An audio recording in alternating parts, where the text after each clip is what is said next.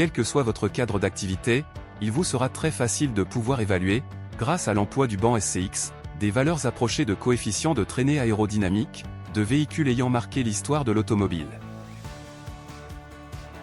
Considérons par exemple le cas de la Jamais Contente, véhicule à propulsion électrique, ayant réussi il y a plus d'un siècle, à franchir en premier le cap des 100 km/h.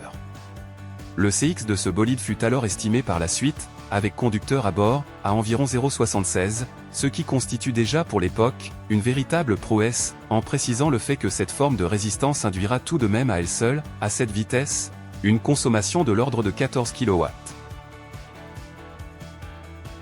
Nous disposerons alors, pour production de prototype, du modèle numérique du véhicule, défini à l'échelle 1/10.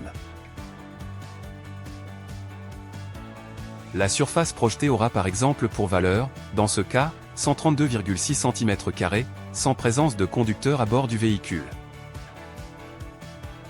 Notons par ailleurs, que le fait d'observer dans ce genre d'expérimentation une certaine imprécision de mesure, engendrera nécessairement une certaine marge d'erreur dans nos estimations, d'autant plus forte que la surface projetée sera faible.